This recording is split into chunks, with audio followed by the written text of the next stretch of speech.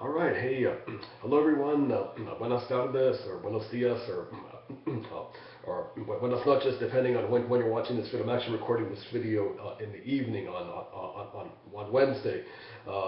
Yeah, the weather was really crazy today. It was lightning and thunder at about 3 in the morning, and the stuff didn't leave there until about it must have been about maybe 1 or 2 o'clock. So yeah, crazy weather out here. So it's definitely another one of those crazy summers. All right. Well, listen.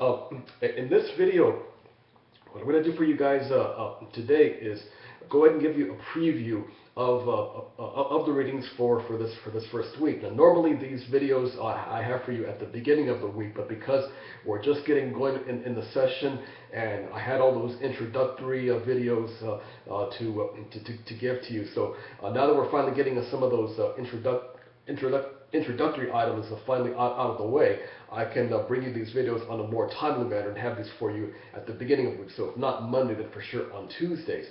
And I was looking at my at the videos I've done in the past for previous classes, and I thought I had recorded some of these videos before for previous sections of this class, the 142 class, or my Mesa College Chicano Studies 141B class, because as I indicated in the announcement today, talking about the Time Traveler journal assignment, basically the way I teach 142 and 141B is the same. So I thought I had some of those videos before in the past, but looks like I don't. So might as well just go ahead and make a new batch of videos. So for these next 8 weeks, I will give you a short previews of the module overview essays. That is, these are the opening essays that you see at the beginning of each module, so that before you get into the PDF files, or the PowerPoint programs, or the links to the films, you have these overview essays. So in addition to the essays themselves, what I'm going to do in these videos is basically give you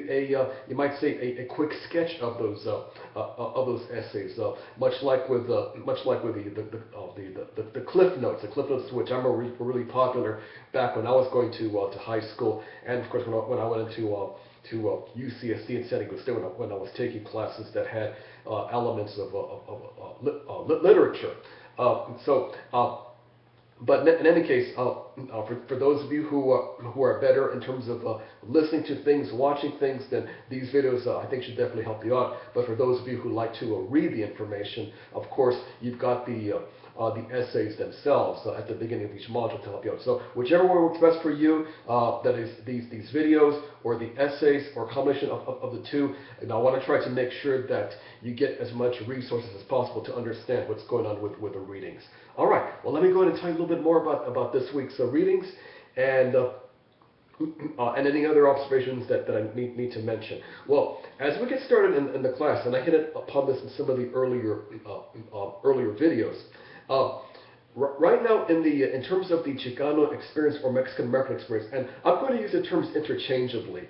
I think we're at the point now in the history of the people that whatever politically charged meaning that the term Chicano had, maybe in the 60s and 1970s, to a lesser extent in the 1980s, I think that politically charged meaning doesn't really hold up as much anymore. Of course, there are those politicians in places like Arizona who would have you think, oh my God, Chicano, bad, evil, nasty, dirty, they're going to take over the land and our country and our way of life, blah, blah, blah, that type of thing. So you still have that element of people who cringe at hearing the word Chicano. But my contention is it doesn't matter if you use Chicano or Mexican American. I think to me they're one and the same. Now maybe some of my older colleagues, ones who've been in the system a bit longer, like Professor Mike Ornelas from Mesa College and my colleague Victor Chavez from Southwestern, might take a bit of a different perspective.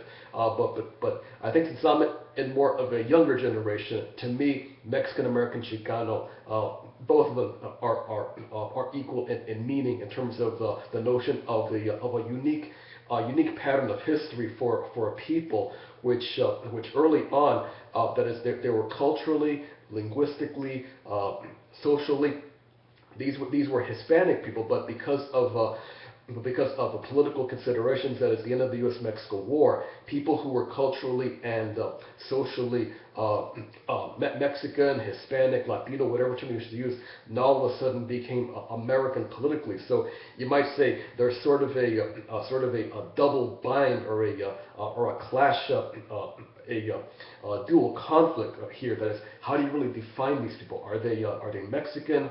Are they American? Are they both? Are they neither? So these are some of the things that I think we'll try to analyze during the course of these next eight weeks. And where our readings start in this notion that once the U.S.-Mexico War ended, we're getting to the Civil War period, and then on into the 1870s, 1880s. We have essentially a new group of people whose status politically, legally, hadn't quite been resolved that is, once the U.S.-Mexico War ended, and one could make the observation that maybe in some cases that's still going on too. And I think when we get into topics such as the 1950s, and then of course in the 1960s, that is the Chicano movement with Cesar Chavez, Dolores Huerta, Reyes Lopez Tijerina, and many others, one could make the case that even at that point in time, the identity issues really hadn't been quite resolved, and maybe one could make the observation that that's still happening today. But we'll touch upon a lot more of those political and legal elements much later on in the session. So let me go and tell you a little bit more about the readings for the week. And as I mentioned to you in the last video, the first three chapters of Crucible of Struggle, Vargas touches upon topics which relate more to the 141 class. So if you already took the 141 class,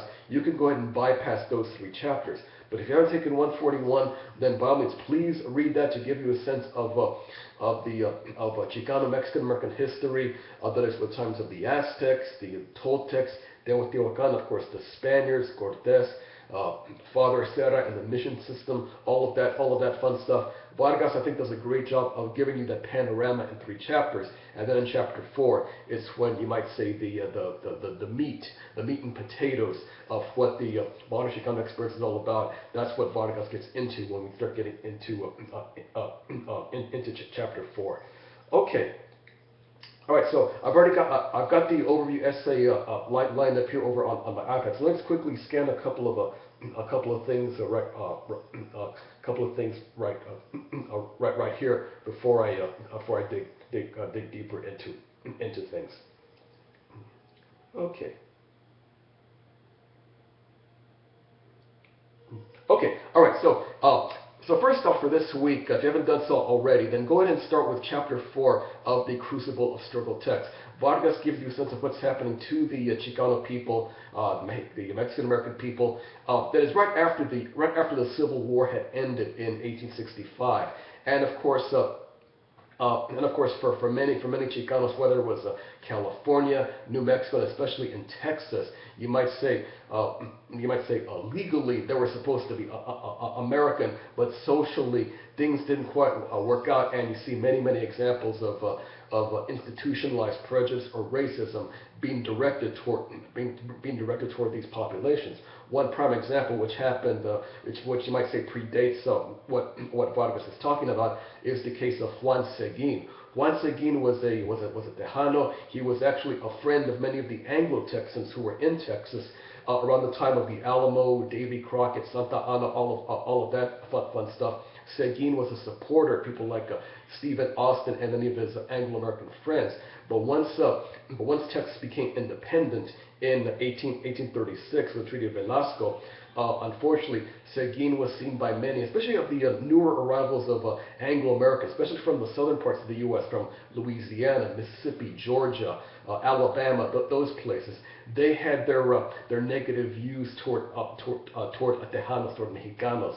A lot of this was, of course, predicated on their views toward African Americans. So, not surprisingly, the views they had toward African Americans, they just translated toward Mexicanos, and sadly, Juan Seguin was, you might say, a stranger in his own land. His friends neglected him. Newcomers saw him as a newer version of Santa Ana. He was evil. He was mean. He spoke Spanish. He was this. He was that. Blah blah blah. So essentially, what happened to Juan Seguin?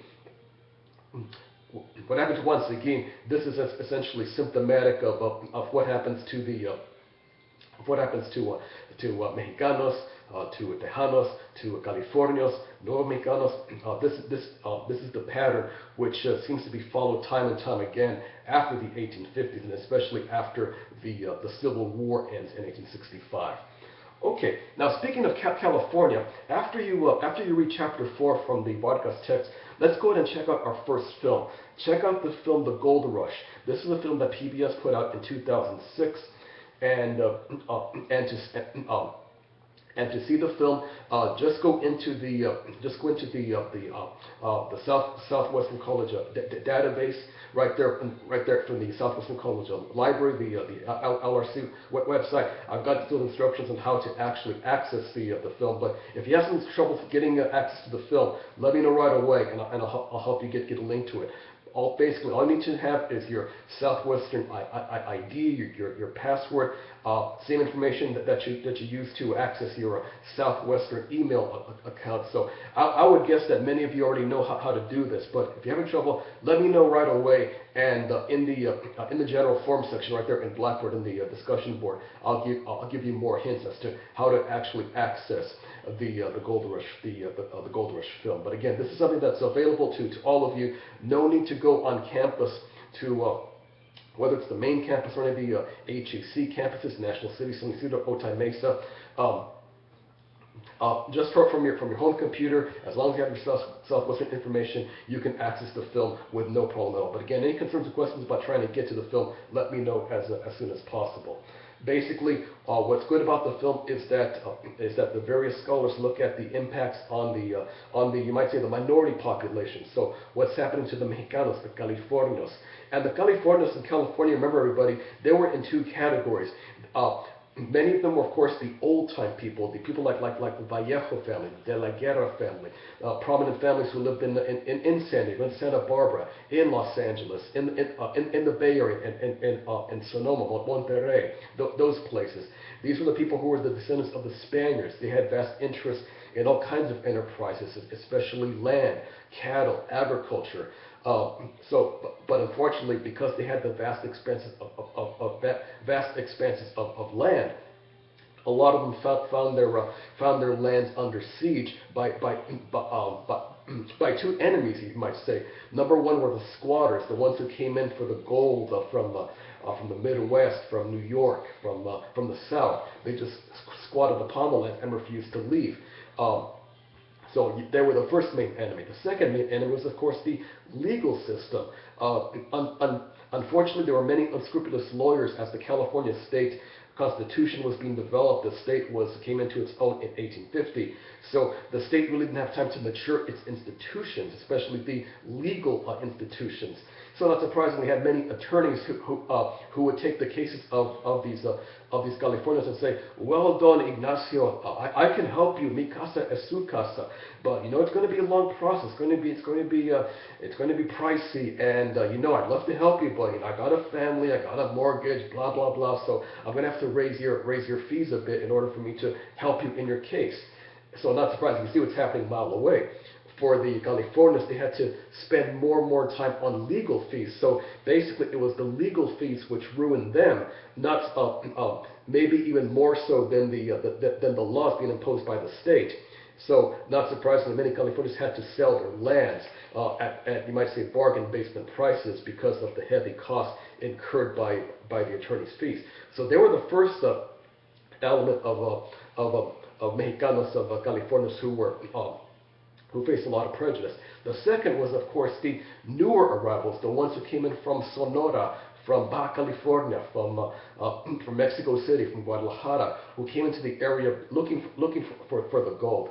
But undoubtedly, Anglo-Americans who had claims or believed they had claims that were theirs first, they accused the Mexicans of claim jumping, of being there illegally. And this wasn't just attack to the Mexicanos. The people from Chile, the people from Peru, the Chinese, they were targeted mercilessly. That's where you get the infamous foreign miners tax, which I'll talk a little bit more about in just a second here. Address more in some of the readings.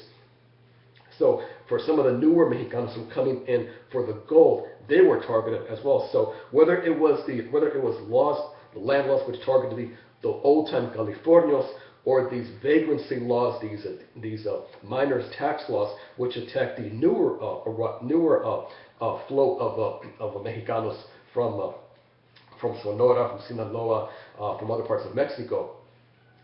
There you see two great examples of how Mexicanos faced a lot of adversity in the 1850s, and this is the stuff which gave rise to the famous legend of Joaquin Murrieta, the famous bandido, or legendary bandido. We don't really know if he really existed, so he's covered a little bit more in some of the readings that you'll see. So all of that stuff, that is covered in great detail in the Gold Rush show, so definitely check it out after you read the Vargas readings. Okay, for more on the Gold Rush, turn your attention to the articles by James Rawls and Walton Bean, and also by Douglas Monroy. Basically, these articles touch upon more on some of these issues that I mentioned previously, such as whether it was the land law, or whether it was the foreign miners tax, or other laws as well. So, in other words, the film gives you a sense of some of the ideas, the themes going on directed against Californios, but when you read the articles by Rawls and Bean and by Monroy, then this fills in more of the gaps and talks a little bit more about the state political structure that was developing in the early 1850s. Okay, all right. And after you check out that, then to conclude the readings for the week, go ahead and check out the selections from Beyond 1848. We have readings by John Chavez and Richard Griswold del Castillo. Chavez talks a little bit about the events in California, but also on the Southwest on a wider scale. So events happening in New Mexico and Texas, which affect the Chicano populations. Chavez does a great job of giving you a sense of that on a more wider context. And then the Griswold del Castillo reading. Richard Griswold del Castillo was a longtime scholar of Chicano studies at San Agustin. He retired a few years ago, but Richard still keeps quite active. His wife is Professor Rita Sanchez, one of my longtime colleagues at Mesa College, who she herself retired a few years ago as well. So what Griswold del Castillo does is gives you more of a contemporary look as to how the legal machinations, the legal haggling, bureaucracy, mumbo jumbo, that type of thing, how these things start to come into play toward the end of the 19th century. He talks about various Supreme Court cases which go to the heart of addressing the issue. Well, what is an American? What makes an American? One would think that this would be a really easy issue to resolve, but as Griswold del Castillo points out, it was really a lot more convoluted than that. The reading sometimes tends to get a little bit chaotic and hard to follow at times, but I think that definitely symbolizes the essence of how difficult things were for Chicanos to really understand what their legal status was in the United States by the second part, by the tail end of the 19th century. Okay, and let's see what else I need to mention here. I think that covers the majority of the readings, or all of the readings. Okay, so that concludes this video that I'll have for you for this week. I'll definitely keep doing this for the rest of the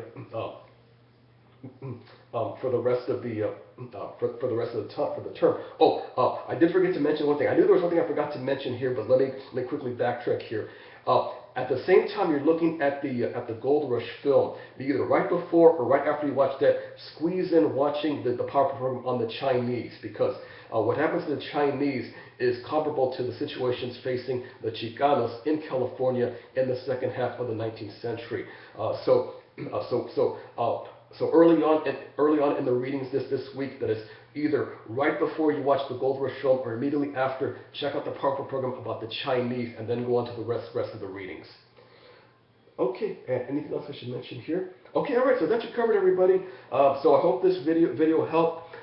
Again, I want to make sure that you've got enough resources. That is whether it's by audio visual or whether it's by written, as I have in the overview essay. So whatever works best for you, by all means go ahead and do that. And like I mentioned, if you have any concerns or questions about getting the Gold Rush film, let me know immediately, and I'll post some more hints and suggestions for you right there in the general forum, the main office hour forum, so to speak, in the discussion board. Okay, well that's it from here. Hope the videos have helped so far for you this week. I've got plenty more to come for the next few weeks, so you guys take it easy. Good luck with the rest of the final few days of the first week, and I'll check in with you next week with some more new videos.